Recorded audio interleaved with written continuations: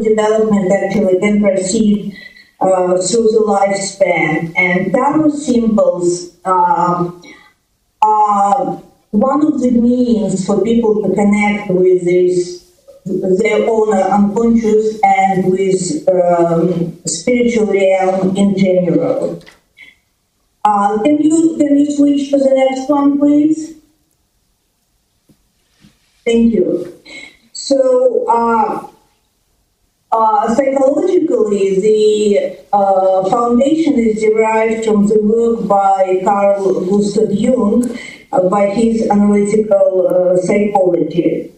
And by bringing to awareness many initially unperceived, unconscious, and latent meanings of experience, tarot hermeneutic performs what Jung defined as a transcendent function.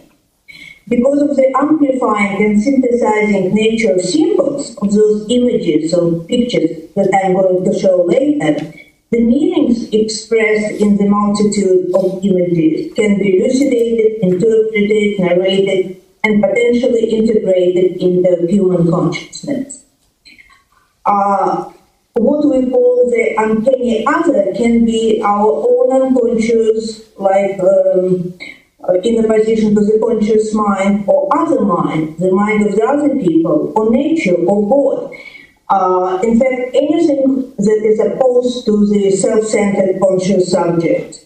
And this uncanny other speaks in the pictorial language. It has its own voice, and the task to hear this voice and to learn this language is actually like the central idea of my book and of my scholarship in general.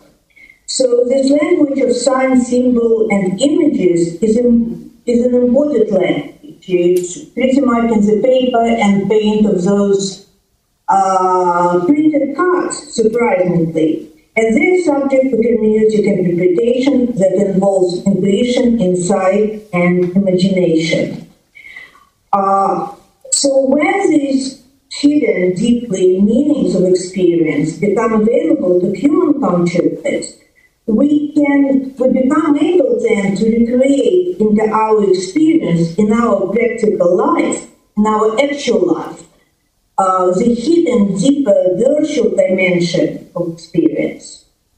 So tarot, in terms of its archetypal dynamics, and despite being traditionally considered irrational and illogical, helps us in achieving much deeper level of what I call mystic awareness, exceeding narrow rationality.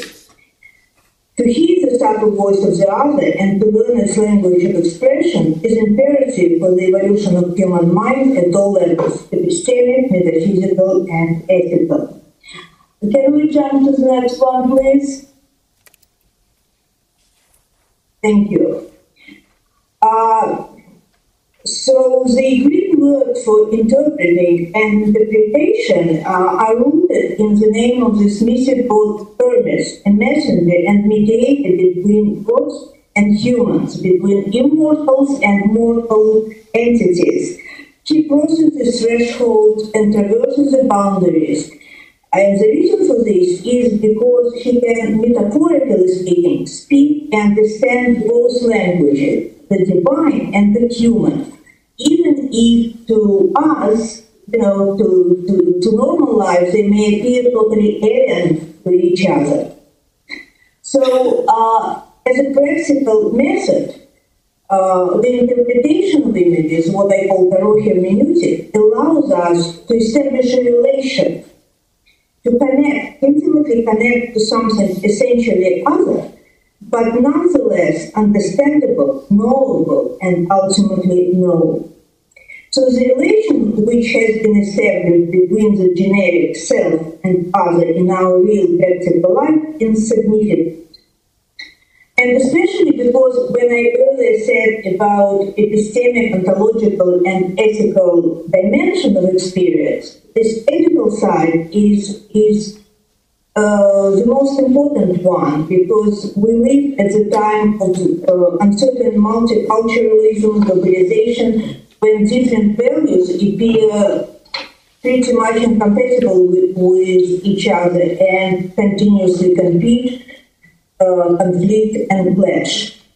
So to understand the other becomes really imperative. In our current global climate, permeated by diverse beliefs, disparate values, and cultural conflicts, understanding ourselves and others and learning to share each other's values is paramount for the survival of our species. This requires an expansion of our consciousness using all available means, including the knowledge of the symbolic language of terror picture, that are worth more, as the saying goes, than many thousands of words. We can jump to another one. Thanks.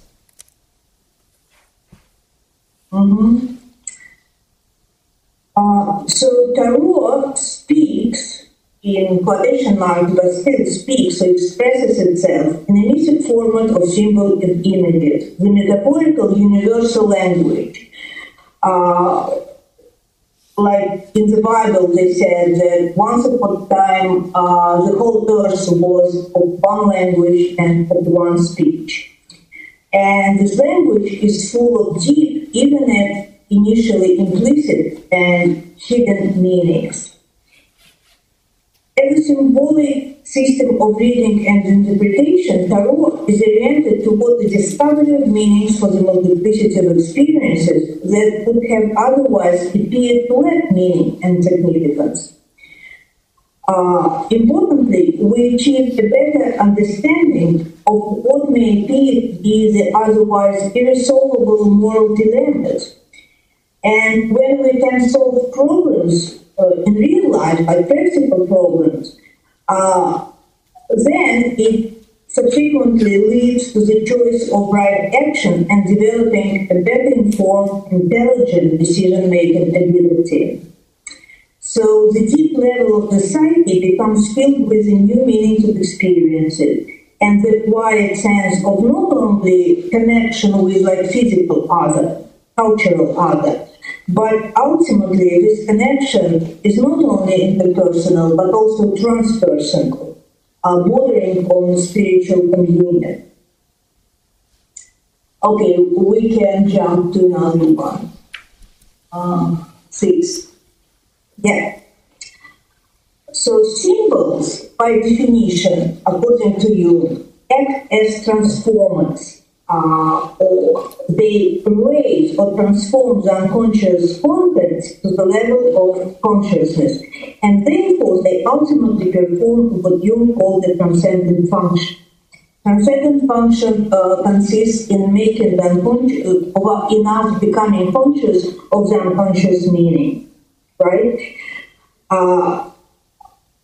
We become conscious of them because we can perceive them, we can actually see them in their physical material forms. Can we jump to another one? Here, many of you, yeah, thanks. I guess many of you know the tarot deck, and here are the images of the major arcana from the full to the world. I'm using the very popular Rider-Waite deck. And each picture, if you look at it, I didn't have room for the minor arcana. But anyway, each picture in both major and minor cards has a human figure. But this figure is not just a physical body, it's a mind, soul, and spirit as well. And while physically we go through life experiences, our psyche also undergoes transformation. And this transformation is expressed in the full journey from the 0 card, the first card, the full, to the last one, number 21, called the world. So if time permits, I will say more about them. Next one, please. Yeah, so this picture actually relate not only to personal unconscious, to individual one, but also to the collective unconscious, or what Jung defined as the objective psyche, so exceeding subjective mind. Objective world is by definition shared, covers every single member of humankind. And the reason for this is that the essential identity of human experiences reflected in myths and folklore worldwide led Jung postulate the existence of the collective unconscious, objective psyche, shared at the deepest level by all members of humankind. But in our real life, it manifests through archetypal images, which reside in quote marks, but still they reside at a very deep level that Jung called psychoid level. And he said that it is at this particular level where, in a holistic manner, body and mind, or theories and psyche, unite. And so they come together as two different aspects of one world, unus mundus, put it this way.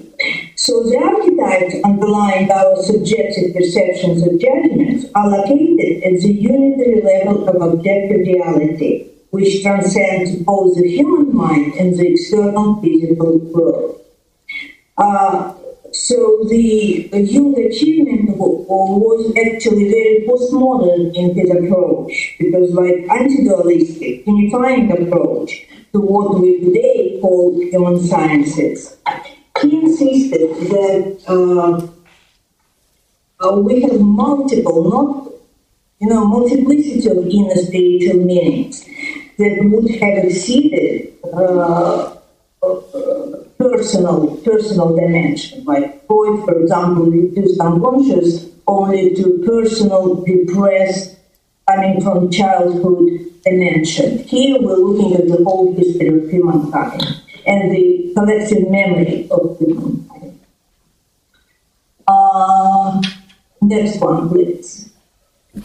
So these images in tarot cards, that's what I say, they're reflections of or represent in material pictorial form the archetypes of the collective unconscious. The unconscious is capable of spontaneously producing images irrespective of wishes and fears of the conscious mind. The word typos as a composite of the archetype means imprint, stamp, or pattern. So human experiences leave their imprints in this symbolic history, put it this way. As a multiplicity of dynamic patterns acting in the collective unconscious, archetypes exist only in potential form, and they are sort of called forth by our experiences in real life. The unconscious archetypes, as structural elements of the psyche, possess certain autonomy and specific energy that enables them to attract out of human consciousness those content which are better suited to themselves. And archetypes have those feeling tones. They exceed cognitive thoughts. They are rather affects. They can be interpreted in words describing feelings, love, death, birth, pain, joy, all those universal experiences that belong to every person through the course of their life, but also before and after human existence. They're actually timeless. The actualized archetypes are charged with psychic and spiritual energy. And as Jung said, psychic energy is a very specific thing which insists on fulfillment of its own conditions. So it's like ultimate form of energy, the strongest form of energy. Archetypes reside in the dynamic field of the collective unconscious and form an unorthodox spiritual foundation upon which many individual real-life experiences lay down their own structures. The activity of archetypal dynamic determines where a person stands within the process of what Jung called individuation, and it relates to the sequence of cards, sequence of pictures from the full to the world. So the world is the symbol for the maximally individuated personality that Jung called the self. So you become your own authentic self, put it this way, only if you experience in real life the multiplicity of those archetypes, with their both, joyful and traumatic aspects. We can actually jump to the next one. Number 10. Yeah.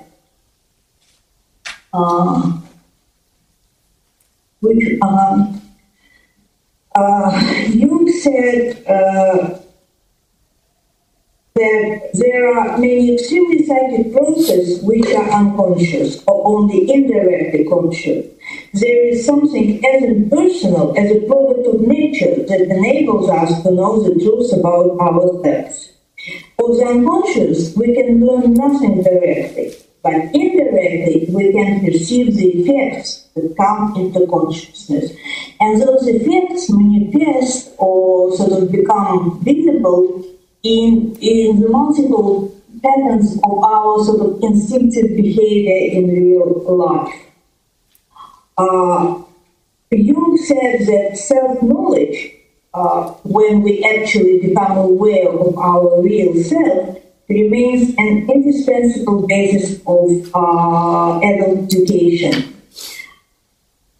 In order to bring the multiple and quite often painful effects of the unconscious process into our human consciousness, we have to go through this analytic process, through the process of interpretation.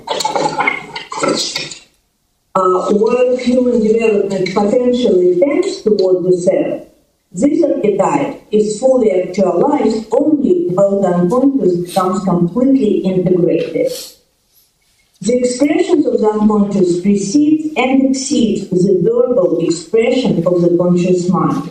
Like consciously we speak in words, unconsciously, like in dreams, for example, our minds are filled with images, so we pretty much externalize these images from the deeper psychoid level when we lay down the cards. Also, we have to be experts in reading and not just do it automatically.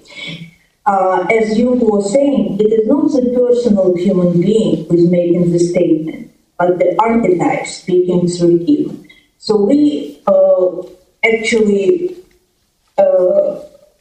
in the illusion, like verbal language isn't sufficient to express the depth of meaning available to people. Jung asserted that the real communication becomes possible when the conscious either acknowledges the existence of such an unconscious partner. And as I said earlier, it can be own unconscious, it can be other mind, it can be transpersonal reality, spiritual reality. It is through a symbolic dialogue with this virtual partner, which this dialogue is being developed when we interpret the meanings of the cards, that we can actually achieve the critical level of self-knowledge when the unconscious becomes integrated. We can jump to the next one. Right. So what happens during reading? An expert tarot reader can transform this language in the internal dialogue with the potential self, pretty much, into an explicit dialogue when the reader functions as a bilingual interpreter, converting the pictorial language of the unconscious into verbal expressions. And by this means, we sort of facilitate the transformation of information into consciousness.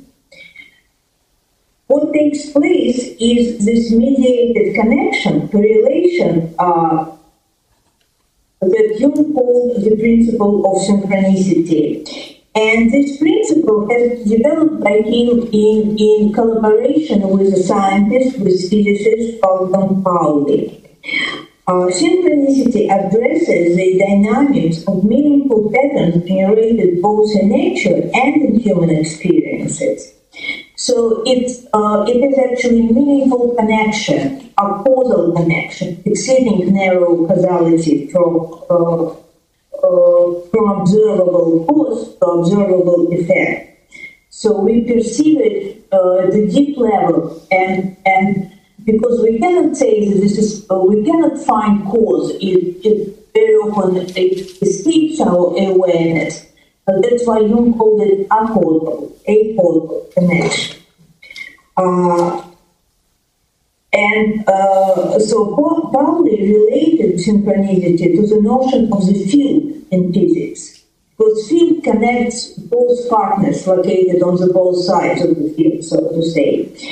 And he extended the old narrow idea of causality to a more general form of those synchronistic, multiple, invisible connections in nature. Pauli envisaged the development of the series of the unconscious to overgrow their solely therapeutic or psychological function, and so that eventually they would have been assimilated into natural sciences. Importantly, in one of his letters to Jung in 1952, he expressed his belief in the gradual discovery of a new, what he called neutral language, so not the language of proposition that describes visible objects in the external world, like when we say desk or table or something we can point out and indicate an actual physical object. But Pauli referred to neutral language. That's his term, neutral. This language functions symbolically to describe the psychic reality of the archetype. And this language describes not only the physical reality, but the psychophysical reality, and coming the dualism between physics and psyche. And my claim is that this neutral language is actually the language of tarot images. So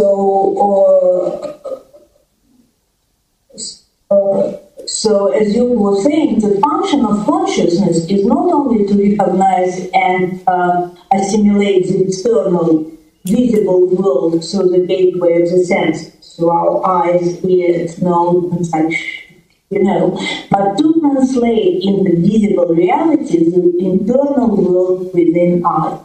And of course, this sort of translation, making the invisible visible, is one of the postulates of Hermetic philosophy, of this ancient, Neoplatonic Hermetic philosophy that has been revived during the Renaissance. And I'm pretty sure Angela knows it very well with her writings on Piscina, who translated actually Hermetic corpus interpreted. And so this making the invisible visible, like task of Hermetic philosophy, becomes actually achieved practically when we interpret tarot, when we apply in practice the tarot hermeneutic.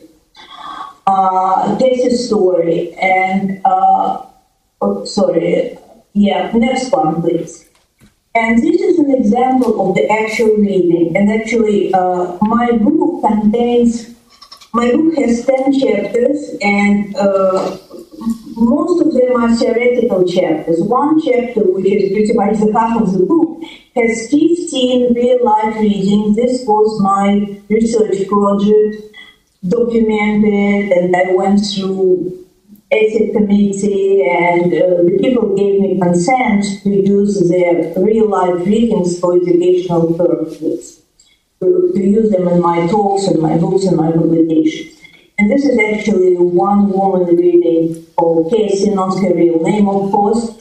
And how much time do I have? I can quickly go through, sort of read for you, so you can look at the pictures and see how they are actually narrated, what the tarot hermeneutic is all about. So this is basic Celtic cross, and some of you know the structure of the Celtic cross with 10 positions. They pretty much have standard connotations. So like central one, signify or present a problem, crossing or hindering factors, past, present, future, and so on, significant others. And plus, I usually add some other positions, some other cards, and I also use numerology when I read. So you can see that here, I guess 14 or 15 cards altogether, rather than the usual 10 cards and things. So in this, yes, so Pixie was a woman in her, like I would guess, something 35, 40. She was a student, so on the way of becoming professional, and she wanted this reading. I don't ask for any information before I read, just sort of area of life that you want to address. And she wanted to address the personal and professional problems, but very, very general, very generic. It's deliberately that I don't want extra information that comes from a person because remember what I said, verbal expressions are not enough to express the deep meanings, and they may confuse, both her and even me. So I rely totally on the language of the unconscious. But in the course of the reading, then usually the real-life dialogue and the clarification start, and of course both means of expression, verbal and imagery, are important to integrate the meanings. So if you look at the central card, this is King of Swords, and the central card is like presenting problem. And so this is the core of her problem, and this is male energy. It's sort of male energy that, because it's problematic, it has a negative effect on Cassie's state of mind. So it indicates the presence of aggressive and controlling person in her life. Boyfriend, or father, or, the whole male energy wasn't beneficial to the development. King of Swords doesn't have compassion present in his own psyche, so any feeling of warmth or compassion means is absent for this woman, for Cassie. So was there anybody in Cassie's life who ever said that he was here with her? I asked Cassie this question. It didn't look so from the spread of the images, and Cassie said at this point, true. So she felt really lonely. And then we see the crossing part a little bit to the left when you look at, and this is Knight of Wands. And in my reading, Knight of Wands usually means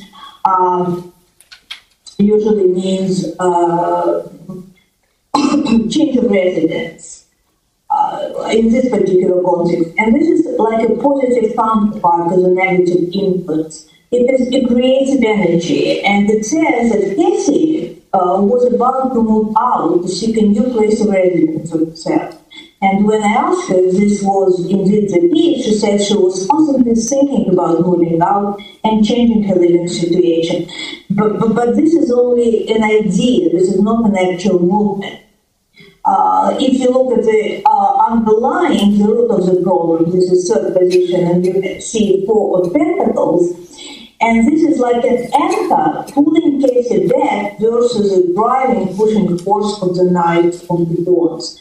So subconsciously, even without her awareness, it's like archetypes were stronger than Cassie willpower this way. So she didn't even know this, but subconsciously she tried to keep, to maintain the status quo in this way, because the figure sitting and holding those pentacles is like, I want to keep what I have, right? So she wanted to keep her family with a shallow stability and security.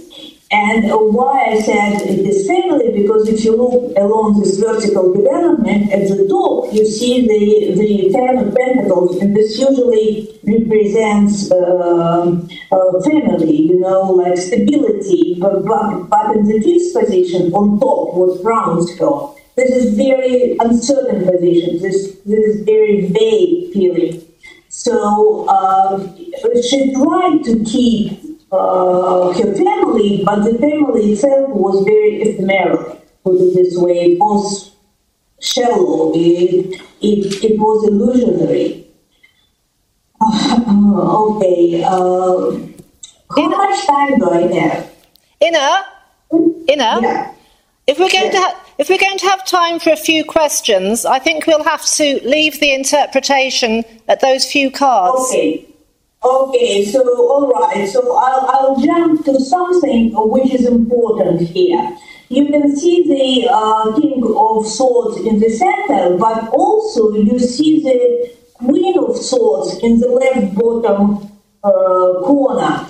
And this is counterpart to the king. And this was actually, I mean, I'm not going to read the whole reading, of course, because it takes 55 an hour.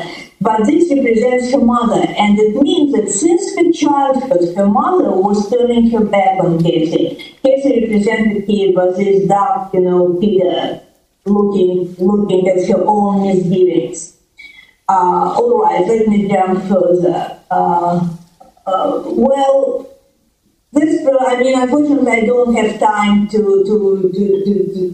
read to interpret the whole reading for you. But look, if you go and buy the book, there are 15 readings there, and you can relate the interpretation to the images, and you can see how the meanings are constructed pretty much. So can we just conclude? If you jump to the next one, it's my little. Thank you. It's my little saying thank you to the bard in your country. So this is an imagination, the creative imagination, which is embedded in this hermeneutic method, that it helps us to give the name to those cards, which means to discover, to create their meanings. And so actually situate them in real life, like the local habitation and the name. And of course, with the interpretation, we apprehend more than the cold reason comprehends. So, and this apprehension, this sort of imagination, intuition, gives us the words of meaning that the reason is incapable of. And what we have, and here I just want to the last one, the 14. Yeah, thank you. And so we have here what is called the logic of the included middle. So when a sign is connected with its object, when picture is connected with its meaning, it's possible only through the interpretant or interpretation. And Tarot expresses both sides by necessity, not by my whim or someone else's whim. This is a natural necessity, according to this law of included middle, to connect self and other.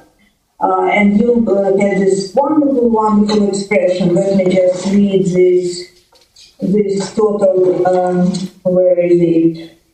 Can you find it? Anyway, like just as a waterfall visibly mediates between the above and below, so the tarot images mediate between two opposites of myself and other. And above and below, the connection between above and below, as above, so below is, of course, the major principle of Hermetic philosophy. So we again come back to this ancient wisdom, put it this way, that acquires totally contemporary significance in our world now. That's all. Great. There is another slide, but we can. That's fine. That's fine. Yeah. Okay. Well, thank you very much.